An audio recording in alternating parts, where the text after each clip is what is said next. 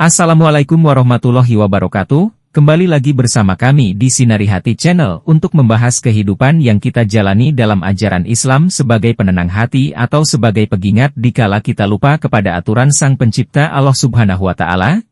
Untuk tidak ketinggalan informasi silahkan subscribe dan bunyikan loncengnya.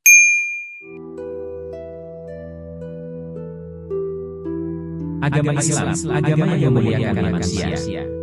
Pemuliaan itu tercermin dalam seluruh ajaran-ajarannya. Di antara contoh kecilnya adalah perintah menutup aurat yang disebutkan oleh Allah Azza wa Jalla sebagai tindakan mulia sendiri. Allah Azza wa Jalla berfirman, "Wahai anak cucu Adam, pakailah perhiasan kalian pada setiap memasuki masjid." Al-Araf 7:31. Sungguh pakaian merupakan penghias bagi manusia. Ia juga merupakan tanda kemajuan sebuah peradaban, tingginya kemuliaan serta lambang kesopanan. Sebaliknya, tak berpakaian merupakan salah satu indikasi budaya masyarakat primitif, tanda kehinaan serta merosotnya derajat manusia hingga serendah hewan atau bahkan lebih hina darinya. Oleh karenanya, setan selalu menggoda manusia agar menanggalkan pakaian penutup auratnya, sementara Allah Azza wa Jalla mewanti-wanti agar manusia tidak tertipu dengan godaan syaitan. Renungkanlah firman-Nya. Wahai anak cucu Adam, janganlah kalian tertipu oleh setan. Sebagaimana dia telah mengeluarkan ibu bapak kalian dari surga dengan menanggalkan pakaian keduanya untuk memperlihatkan aurat keduanya.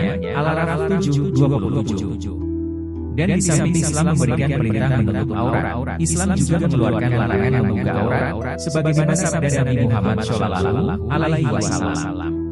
Kita bisa mengambil kesimpulan bahwa Islam memerintahkan menutup aurat dan melarang membubarnya. Dan yang perlu dicamkan yaitu tidaklah Islam memerintahkan sesuatu melainkan pasti ada bahaya bila perintah itu ditinggalkan. Sebaliknya Islam tidak akan melarang dari sesuatu melainkan karena ada bahaya bila dilakukan.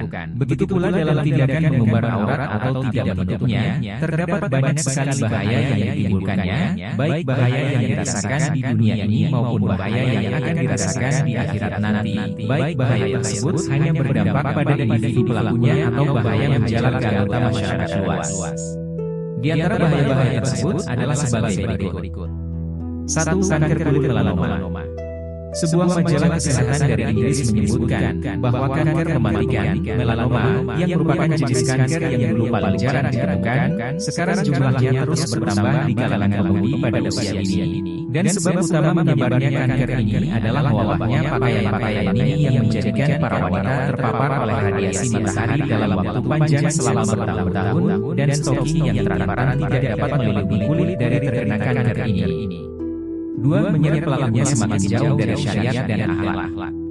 Ini merupakan keniscayaan yang tidak dapat dielakkan, karena mengumbar aurat merupakan dorongan dan tuntutan hawa nafsu. Semakin dituruti ia akan semakin menuntut lebih dari sebelumnya. Berawal dari suka memamerkan wajah, lalu rambut, lalu leher, lalu pundak dan seterusnya, hingga akhirnya orang tersebut akan menanggalkan syariat dan akhlaknya, bersamaan dengan ditanggalkannya pakaiannya. 3. Hilangnya rasa malu dari pengumbar aurat. Setiap orang yang mengumbar aurat, awalnya pasti dia merasa malu secara fitrah. Namun karena dorongan hawa nafsu yang lebih kuat, ia abaikan rasa malu tersebut. Lalu lambat laun rasa malu itu akan melemah dan terus melemah, sampai akhirnya hilang sama sekali. Jika rasa malu sudah sirna, bahkan bisa jadi rasa malu itu berubah menjadi rasa bangga dengan perbuatannya yang memamerkan aurat. Iyadzabillah. Sungguh sirnanya rasa malu merupakan kerugian yang sangat besar, karena rasa malu merupakan kebaikan yang agung dan bagian dari keimanan. 4. Orang yang mengumbar auratnya akan selalu diperbudak oleh nafsunya.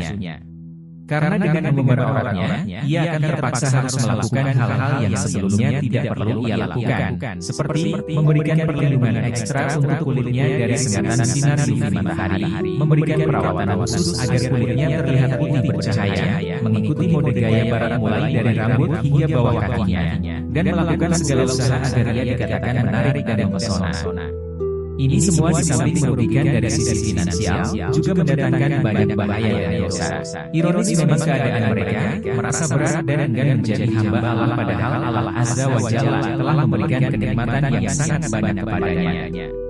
Namun mereka malah bersusah payah menjadikan dirinya sebagai budak setan dan hawa nafsunya.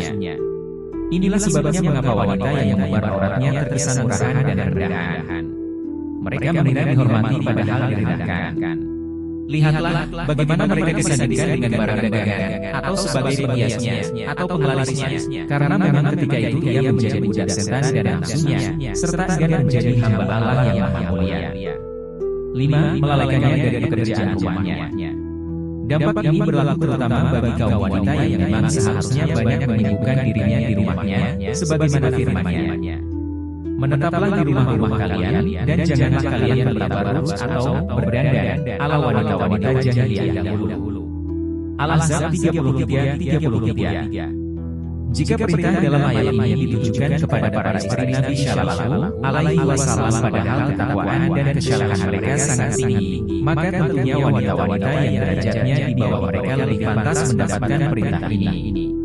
Ayat ini juga mengisyaratkan adanya keterkaitan yang sangat erat antara berdandan ala jahiliyah dengan seringnya wanita keluar rumah, karena tidaklah ia berdandan ala jahiliyah kecuali karena ingin mendapat perhatian orang lain, dan perhatian tidak akan ia dapatkan kecuali dengan keluar rumah. Dan bila wanita sering keluar rumah, tentunya banyak pekerjaan rumahnya yang akan terbengkalai, sehingga kehidupan rumah tangga tidak berjalan seimbang sebagaimana mestinya. 6. Lebih mementingkan berhias di depan orang lain daripada berhias untuk suaminya. Efek buruk ini berlaku khusus bagi kaum wanita yang bersuami. Seorang wanita tidak mungkin berhias sepanjang waktu, karena jika ia harus sepanjang waktu, tentu hal itu akan sangat melelahkannya dan memakan waktu yang tidak sedikit. Sehingga hanya ada dua pilihan baginya, yaitu antara berdandan saat keluar rumah atau berdandan untuk suaminya saat di rumahnya. Pilihan pertama tidak mungkin ditinggalkan karena itu menurutnya akan memalukan atau menjadikannya kurang menarik di mata orang lain. Berbeda bila ia tidak mengumbar auratnya, ia akan memilih pilihan kedua, karena ia tahu bahwa kecantikannya adalah hak istimewa suaminya, dan ia tetap nyaman keluar rumah tanpa dandan ala jahiliyah, karena baju dan hijabnya menutupi bagian tubuh yang harus ditutupinya. 7. Menjadikan manusia tersibukkan oleh syahwat farjinya. Ini merupakan dampak yang paling terlihat dan terasa di zaman ini, bahkan di masyarakat muslim sekalipun. Ketika tindakan mengumbar aurat telah merajalela di tengah-tengah mereka, maka hal itu akan berdampak langsung pada tersibukannya mereka oleh nafsu syahwatnya. Kenyataan ini tidak bisa dipungkiri dan tidak terbatas pada usia remaja saja, tapi juga terjadi pada mereka yang sudah berumur, tidak juga terbatas pada mereka yang berduit dan berpangkat tinggi. Beberapa kali kita mendengar berita seorang bapak miskin menggauli putrinya, atau kakek melarang menggauli cucunya, atau seorang suami membunuh selingkuhannya karena takut tercium tindakan busuknya. Sungguh ini merupakan kemerosotan akhlak dan moral yang luar biasa. Kemerosotan moral ini juga akan berpengaruh buruk pada keamanan masyarakat. Coba kita bayangkan, apa yang akan terjadi bila pihak keluarga korban akhirnya main hakim sendiri. Bayangkan pula bagaimana kekhawatiran masyarakat terhadap kehormatan putri-putrinya. Bukankah ini akan merusak rasa aman dan hati para orang tua? 8. Turunnya mutu pendidikan. Sekarang ini, di banyak daerah dalam negeri kita, pemuda dan pemudi merasa malu dan rendah diri bila belum atau tidak memiliki pacar. Yang mereka pikirkan setiap hari, bagaimana menarik perhatian lawan jenisnya, bagaimana menyenangkan pasangannya, bagaimana agar hubungan haram itu selalu seru dan seterusnya. Begitulah setan menjadikan mereka tertawan oleh nafsu syahwatnya, sehingga mereka rela mengorbankan apapun yang dimilikinya, bahkan meski harus mengorbankan kehormatannya. Semoga Allah melindungi kita dan keluarga kita dari kekejian dan kehinaan ini. Sungguh keadaan ini sangat mempengaruhi mutu pendidikan pemuda-pemudi itu, yang seharusnya mereka mengerahkan pikirannya untuk fokus pada pelajaran sekolah, malah terarahkan kepada sesuatu yang keji dan hina.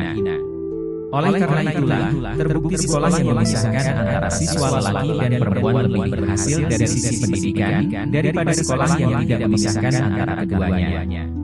9. Bahaya mengumbar aurat terhadap pernikahan. Mewabahnya budaya obral aurat juga berdampak buruk pada pernikahan.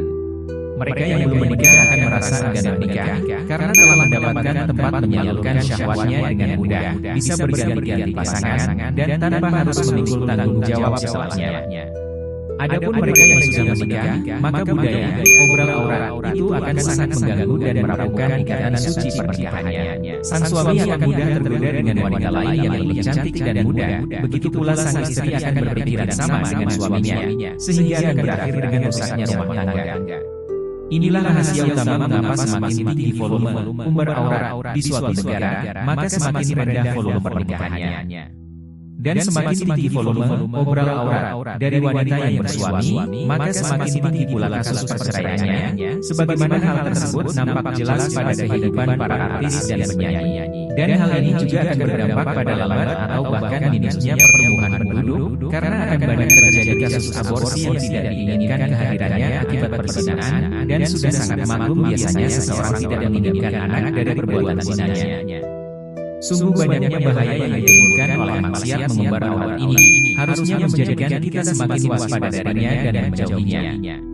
Seyogyanya, ini juga semakin memompa semangat kita dalam mengingatkan orang lain agar tidak terjerumus dalam perbuatan nista tersebut, atau agar tidak mengulanginya. Jika mereka menerima, maka itulah yang kita harapkan, namun jika nasihat kita tidak didengar, maka paling tidak kewajiban nahi mungkar, kita telah gugur, sehingga kita akan selamat dari azabnya dan mendapatkan pahalanya. Terima kasih telah menonton video ini sampai akhir, jangan lupa like, komen dan subscribe channel ini, agar senantiasa memberikan informasi-informasi terbaru tentang Islam.